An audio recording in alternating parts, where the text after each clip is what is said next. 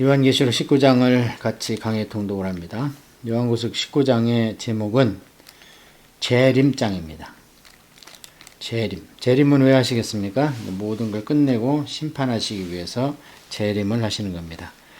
그래서 구조상으로 보면 17장에서 거짓 선지자, 18장에서 적그리스도, 어느 왕국, 단일 국가 이런 체제. 그래서 사단은 이제 둘을 멸하고 결국 그들을 멸한 것이 어떻게 이루어졌는가 하는 것이 19장입니다.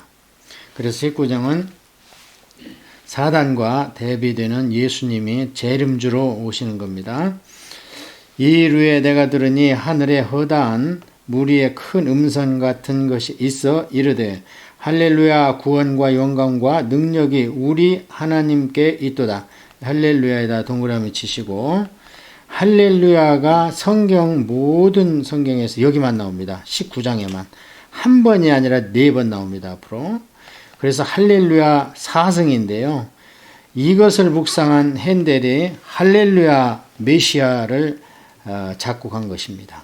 그래서 여기는 좀 우리가 통독할 기회가 있다면 한 옥타브를 올려야 됩니다. 모든 게 그래서 끝나가는, 그래서 할렐루야 구원과 영광과 능력이 우리 주 하나님께 있도다.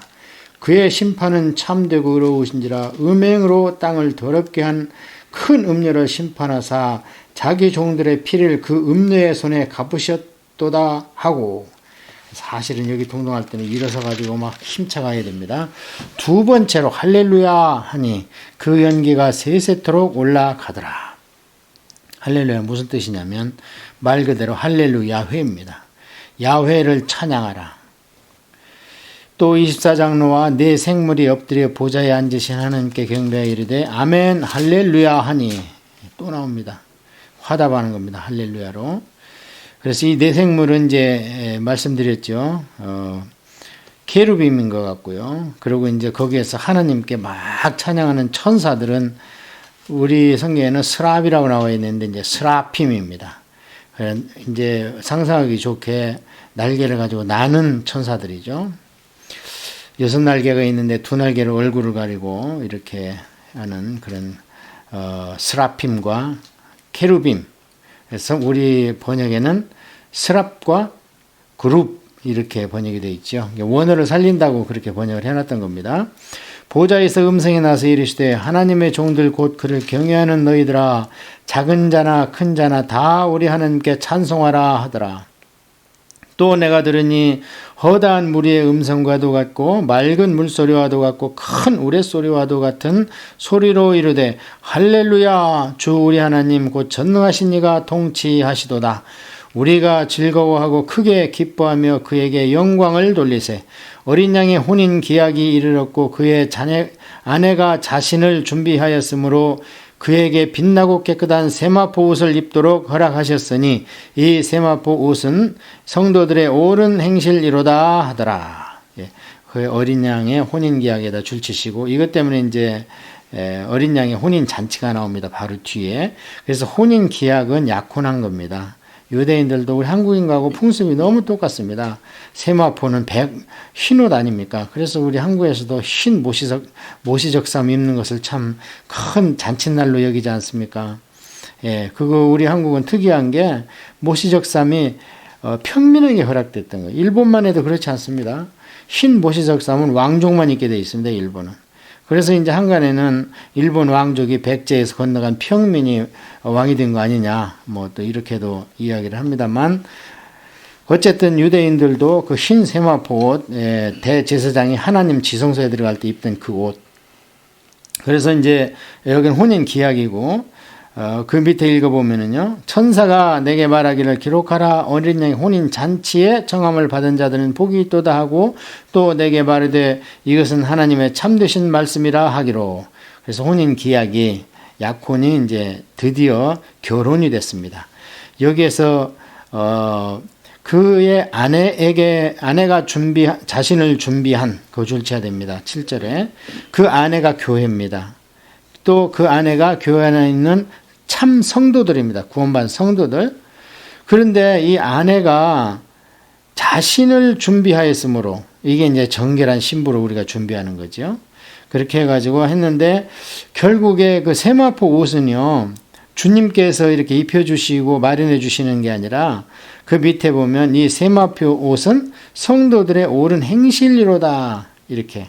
그래서 마치 이제 잘못 오해하면 우리가 옳은 행실을 함으로 해서 우리 세마포 옷을 이렇게 짜는 거 아니냐, 그렇게 생각할 수 있는데, 그렇지 않습니다.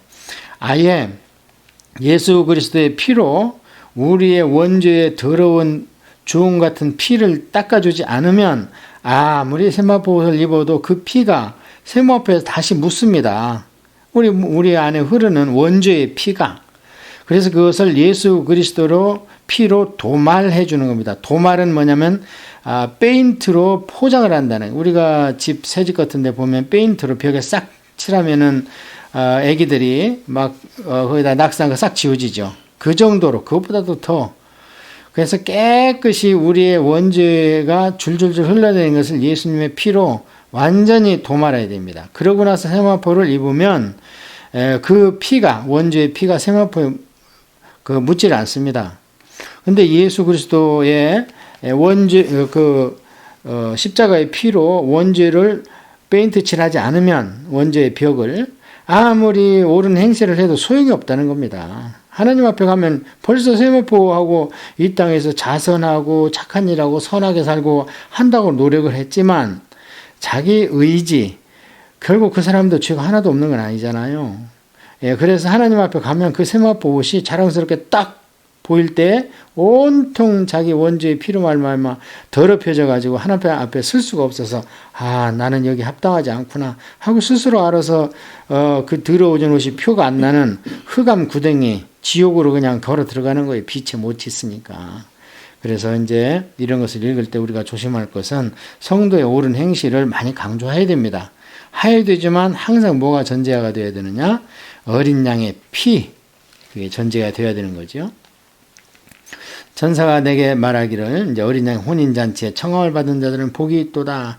이 요한계시록에 참 우연인지는 모르겠지만 복이 있다는 7가지 복이 나옵니다. 그래서 우리가 그걸 계시록의 7복이라고 그러는데요. 그거는 1절 할 때 제가 말씀드렸죠. 읽는 자, 듣는 자, 지키는 자 복이 있고, 그 다음에 하나님 안에서 죽는 자가 복이 있고, 또 여기에서 청함을 받은 자가 복이 있고, 이 뒤에 이제 또 몇 번 더 나와요. 내가 그 발 아래 엎드려 경배하려 하니 그가 나에게 말하기를, 나는 너와 및 예수의 증언을 받은 네 형제들과 같이 된 종이니 삼가 그리하지 말고 오직 하나님께 경배하라. 예수님의 증언은 예언의 영이라 하더라. 그래서 이제 유대인들은 자꾸 천사를 숭배하려고 그러고, 그 예수님도 애가 타는 게 뭐냐면 유대인들은 자꾸 기적을 보여달라는 거예요. 헬라인들은 자꾸 알아듣기 쉽게 지식적으로 좀 전달을 해달라는 거예요. 그래가지고 애를 탑니다. 예수님의 제자들도 애가 먹고 바울도 애를 먹고 자꾸 뭘 보여주고 들려주고 신병을 보여달라는 거예요. 그래서 그 이제 유대인들은 골로새 교회입니까? 거기다 신신당부를 하죠. 천사 숭배 좀 하지 마라. 그런데 여기 보면 사도 요한이 천사 앞에서 그냥 납작 경배합니다. 경배가 뭐예요? 경외하고 엎드려 절하는 걸 경배라고 하는데, 그걸 하려고 그러니까 깜짝 놀라는 거죠. 이거 우리가 루스드라에서 복음 전도던 바울과 바나바, 하나는 제우스요, 하나는 뭡니까? 헤메게? 그래서 하나는 웅변의 영이고, 하나는 신중의 왕이다. 그리고 바나바는 말을 못하니까. 설교는 주로 바울이 하죠. 바나바는 그냥, 친교는 잘하잖아요. 그러니까 막 거기다 대고, 말을 안 하고 가만히 있으니까, 이자가 큰 자다. 이자가 제우스다. 그리고 바울은 자꾸 하나님을 말씀으로 증거하니까, 이게 헤르메스다. 웅변의 신이구나. 하니까 막 깜짝 놀라죠. 그래서 여기도 이 뒤에 또 한 번 그래요. 또 한 번. 그게 이제 유대인들한테는 참 너무 영적 하다 보니까 22장에 가서도 또 그러니까 하지 말라니까 하고 이제 천사가 또 말리니, 얼마나 천사도 거기서 멋쩍겠습니까? 지금 하나님이 버젓이 뒤에 계신데, 그래가지고 마지막에 이제 그 하는 말이, 천사가 하는 말이 예수의 증언은 예언의 영이라 하더라. 이게 잘못 한국교회에 전해지고 있습니다. 이 말이. 그래서 예수님의 증언은 예언의 영이라, 이게 무슨 말이냐면, 이게 주로 이제 치유사역자들 이런 사람들이 즐겨 하는 말인데요. 자기한테 예언이 임했다. 그래서 곧 자기한테 예수님의 영이 임했다 이러면서 그러는데, 이게 이제 이거는 그 말이 아니고요. 이 맥락을 잘 보면 무슨 소리냐면, 그냥 하고 싶은 얘기는 그거예요. 나는 그냥 증언하는 통로일 뿐이야. 나는 아무것도 아니야. 왜 나한테 경배하려고 그래? 이런 뜻이죠. 우리말로 하면. 그러니까 원어적으로 하면은 무슨 얘기냐면, 이게 성령님이 예수님을 증언, 그러니까 우리가 가끔 간증한다고 그러죠. 테스티모니 한다 그러잖아요. 그래서 예수님을 테스티모니 하는 것은 성령님이 하시는 것이지 내가 하는 게 아니다. 그러니까 이것을 간증을 잘못하면요, 믿음이 떨어지고 시험이 옵니다. 반드시. 그래서 그거 조심해야 돼요. 여러 번 봅니다. 그리고 간증을 하게 되면요, 자꾸 확대하거나 또는 축소해요. 자기를 축소하고 자기 행위를 확대하고, 그래서 처음 듣는 간증하고 10번째 똑같은 얘기를 하는데 단어 선택도 틀려지고 막 이런 경우가 가끔 있고, 더 무서운 것은 간증을 대중 앞에서 하면요, 반드시 사탄이 시험합니다. 왜요? 네가 과연 성령의 영으로 했는가 한번 보자 해가지고. 여러분 주의 한번 잘 보십시오. 폼나게 간증을 했는데 믿음에서 떠난 사람들이 참 많습니다. 그래서 우리는 말씀에 증거해가지고 단단한 토대 위에, 가끔 낙담하고 힘이 없을 때 있습니다. 그러나 말씀에 딱 진리 안에 기초가 되면 움직이질 않습니다. 어려움이 닥치면 그때 표가 나는 거죠. 그래서 이 말은 우리가 조심해서 들을 말이다. 예수의 증언은 예언의 영이라 하는 것은 내가 예수님을 증언하니까 나한테 성령이 임하셨다 이런 뜻이 아니고, 예수님을 말씀을 전도하고 이런 것들은 전부 다 우리 안에서 성령님이 하시는 거니까 극히 겸손하게 하라. 그래서 하나님이 인도하셨다 하면 반드시 그 열매가 좋아야 되는데, 성령님이 나에게 말씀하시고 성령님이 내 발걸음을 인도하셨다 그래서 교회에 등록해놓고 딴짓하는 사람 많아요. 하는 게 아닙니다. 그건 성령님이 하신 게. 성령님이 하시면 열매가 반드시 좋게 나타나야 됩니다. 자, 그래서 이제 여기까지는 하늘나라에서 막 찬양이 터지는, 그 끝났으니까 영적으로 물질적으로 모든 심판이 다 이루어졌고, 이제 거짓 선지자 적그리스도 사탄 전부 다 결박했고, 거짓 선지자 적그리스도는 지옥불에 집어 넣어놨고, 이제 사탄은 잠시 이제 무저강에 넣어놨고, 그 밑바닥에 없는 무저강에 천년 동안 넣어놨고, 이러니까 이제 드디어 누가 이렇게 찬양을 합니까? 그동안에 어려움 받고 이 땅에서 크든 작든 예수님 믿는 것 때문에 손해보고 멸시받고 했고, 또 이 요한계시록 시대에는 순교한 자들, 그자들이 하나님께 찬양하니까 미리 거기에 딱 진치고 있던 24장로와 네 천사들이 그냥 또 찬양을 하고, 그러니까 천군 천사들이 또 하나님께 찬양을 해서 막 할렐루야가 4번 울려 퍼집니다. 한 번 예배 동안에. 자, 이제 그렇게 하고 그 다음에 사건이 전개됩니다. 드디어 재림하는 장면이 동영상으로 쫙 환상으로 펴집니다. 또 내가 하늘이 열린 것을 보니 보라, 백마와 그것을 탄 자가 있으니 그 이름은 충신과 진실이라. 그가 공의로 심판하며 싸우리라.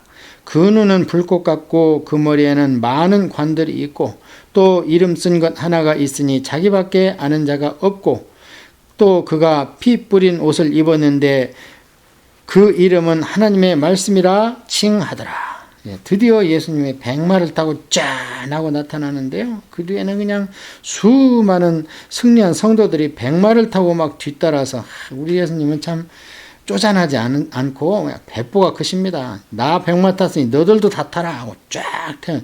사탄은 짐승에 지만 올라타고 자기만 알고, 그런데 우리 예수님께서 그러지 않으세요. 그런데요, 예수님의 이름이 충신과 진실이라면, 그러면 이거 뭐예요? 예수님의 완전 속성을 함축하고 엑기스로 말씀하신 거예요. 예수님은 그 속성의 두 축이 뭐냐 이루고 있는 그 마음에, 하나는 충신이고 하나는 진실이다. 이런 거는 이제 우리가 원어로 따져봐야 되는 거예요. 야, 이게 뭔 뜻이냐 도대체. 왜냐하면 우리 번역 성경마다 다 틀리거든요. 그래서 원어는 충신은 피스티스입니다. 피스토스라는 것은 무슨 얘기냐면 신실한, 그래서 이것은 믿음, 충성 이렇게 다른 곳에 많이 쓰여 있습니다. 그러니까 두 마음을 품지 않는다는 거예요. 그래서 예수님께서는 신실하시고 하나님께서 그것이 이제 성도들에게 할 때는 그 단어가 믿음으로 번역이 되고 그게 이제 예수님께서 심판할 때는 착하고 충성된 종아 했을 때 그 충성이 피스토스입니다. 그 다음에 진실은 무엇인가? 이 진실은 참되다, 바르다, 기준이 된다, 정도다. 그러니까 좌로나 우로나 전혀 치우치지 않는다는 말씀 여러 번 성경에 나오는데 그것이 진실입니다. 이게 진실이 트루스가 아닙니다. 여기서는 성품을 이야기하기 때문에. 그래서 이제 예수님이 이렇게 오는데요. 예수님께서 막 불 것 같은데 머리에는 관들이 많이 쓰여 있어요. 관들이. 그런데 그 관들이 많이 쓰여 있는데 이름 쓴 것 하나밖에 이름 쓴 것이 하나 있다니 관은 여러 개인데. 근데 이제 이것은 비밀입니다. 하늘나라 가면 이제 우리 알 수 있을 겁니다. 근데 예수님이 옷을 입으셨는데요. 옷에 피가 뿌린 옷을 입고 오시는 거예요. 그러니까 이제 어린 양 예수님으로 말씀하시는 거죠. 예수님은 이런 뭐 꼭 세마포를 입으실 분이 아니죠. 얼마나 예수님께서는 그 사역이 우리한테 강조되는 최고의 사역, 십자가 사역 아닙니까? 대속의 사역. 십자가와 대속을 얘기할 때는 피가 없으면 안 되죠. 그래서 피 뿌린 옷을 입었는데 그런데 그 세상에 하나님의 말씀이랍니다. 그게. 그러니까 어때요? 예수님이 성육신에서 이 땅에 오신 것이 대속을 위해서 오셨다는 거고 우리한테 모범을 보이고 오셨는데 그 무엇보다도 피를 뿌리러 오신 거예요. 그러니까 그 성육신 했던 피 뿌린 옷을 기록해 놓은 것이 뭐냐? 그 옷이 가루가 몇 자요? 그 다음에 그 옷을 무얼로 직조했으며 어떻게 염색을 했고 길이가 얼마며 막 이런 것을 쫙 기록해 놓은 것이 있습니다. 그게 사복음서입니다. 그래서 사복음서는 다시 성육신 하신 예수님이 다시 로고스로 돌아가셨습니다. 그 로고스가 사복음서입니다. 다시 말씀드립니다. 말씀이 육신이 되어 우리 가운데 거하심에 그 찬양은 틀렸습니다. 그건 2000년 전에 불리워졌어야 될 찬양입니다. 그때 말씀이 육신이 돼서 다 보여줬죠. 말씀은 이런 거다 이런 거다. 그래서 구약에 없던 것까지도 말씀과 행동으로 다 보여주셨습니다.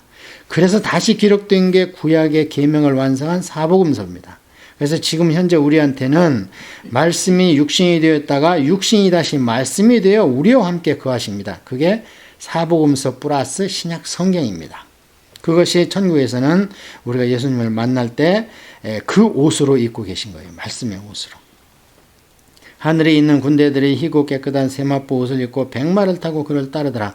성도들은 예수님 덕분에 흰 세마포, 모시적삼, 모시 두루마기 이걸 다 입고 나타나는 거예요. 백마까지 탔으니 머리도 아마 흐릴 것 같아요. 그냥 전부 다 그냥 깨끗해가지고 영적으로요. 그의 입에서 예리한 검이 나오니 그것으로 만국을 치겠고 친히 그들을 철장으로 다스리며 또 친히 하나님 곧 전능하신 이의 맹렬한 진노의 포도주를 밟겠고 이것 때문에 이제 제가 사탄과 예수님의 싸움, 성도와 악령의 싸움은 핵폭탄이나 물리적인 싸움이 아닙니다. 절대. 뭐의 싸움이냐? 진리의 싸움입니다. 그러니까 우리가 십자가의 진리를 내 말로 할 줄 알아야 됩니다. 그 다음에 내 구원에 대해서도 내가 최소한 사형리 4단계 그것으로 내 구원을 확실히 내가 법정에서 진술하듯이 자신있게 얘기할 줄 알아야 됩니다.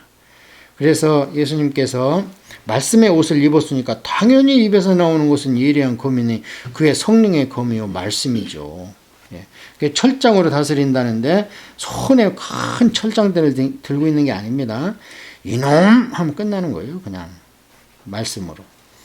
그래서 이제 포도주 틀을 밟겠고 이거 우리 어디서 봤잖아요. 이 앞에서 14장에서 추수를 하는데 하나는 낫으로 쫙 예리한 낫으로 펴가지고 곳간에 들이죠. 그게 휴거라고 제가 말씀드렸고 또 한 천사가 나와서 낫으로 쫙 휘두르는데 포도송이가 다 익었다. 포도주 틀에 닿고 딱 밟아버리니까 그냥 피가 2만 스타디온에 쫙 말구까지 1m 50이 차가지고 그냥 수천 킬로가 쫙 그래서 이 포도주를 밟겠고, 이게 이제 진노와 심판을 얘기하는 유대인식 표현인 겁니다. 그 옷과 그 다리에 이름을 쓴 것이 있으니 만왕의 왕이요 만주의 주라 하였더라. 이것이 우리가 1장의 제목으로 뽑았던 거예요. 대속의 주가 아닙니다. 이제 십자가의 주가 아닙니다. 왕 중의 왕이요 만왕의 왕주. 그러니까 여기는 19장은 심판주 예수 그리스도, 우리가 1장에서 썼던, 그래서 재림장이라고 말씀드렸어요. 또 내가 보니 한 천사가 태양 안에 서서 공중에 나는 모든 새를 향하여 큰 음성으로 외쳐 이르되 와서 하나님의 큰 잔치에 모여 왕들의 살과 장군들의 살과 장사들의 살과 말들과 그것들 탄 자들의 살과 자유인들이나 종들이나 작은 자나 큰 자나 모든 자의 살을 먹으리라 하더라. 이건 이제 유대인식 표현 기법인데요. 악한 자들, 이세벨 같은 사람들은 이제 들깨가 뜯어먹었다고 그러잖아요. 그리고 독수리가, 죽음이 있는 곳엔 독수리가 모여든다, 이런 말씀도 하시잖아요. 그래서 이만큼 엄청난 진노로, 하나님의 진노로 말미암아 살육당하였다. 그러니까 그냥 이제 이것을 문학적 표현으로 독수리더라, 까마귀더라, 먹을 게 징창 있다. 하나님의 엄청난 진노의 표현을 문학적으로 했다. 유대인식으로 이렇게 표현 보면 됩니다. 또 내가 보매 그 짐승과 땅의 임금들과 그들의 군대들이 모여 그 말탄 자와 그의 군대와 더불어 전쟁을 일으키려다가 짐승이 잡히고 그 앞에서 표적을 행하던 거짓 선지자들과 함께 잡혔으니 이는 짐승의 표를 받고 그의 우상에게 경배하던 자들을 표적으로 미혹하였던 자라. 이 둘이 산채로 유황불 붙는 못에 던져지고 거기다가 지옥, 이렇게 Lake of Fire입니다. 그 나머지는 말탄 자 입에로부터 나오는 검의 죽음의 모든 새가 그들의 살로 배불리더라. 그러니까 짐승과 거짓 선지자는 사탄의 영을 받은 이 땅의 지도자입니다. 거짓 종교 지도자, 그 다음에 세상 정부의 지도자, 사단의 영을 받아가지고 폭력으로 기독교인들을 핍박했던 그들은요, 그냥 예수님이 직접 이렇게 손보는 게 아예 그냥 지옥불에다 넣어버리는 거예요. 예.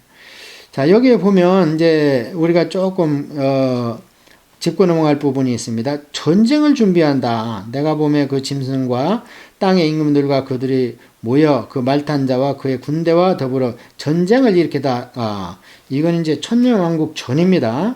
그러니까 전쟁이 한번 또 나요. 영적으로. 이러면은 지상에도 납니다. 이게 무엇인가? 이게 일곱 대접 때 끝내는 겁니다.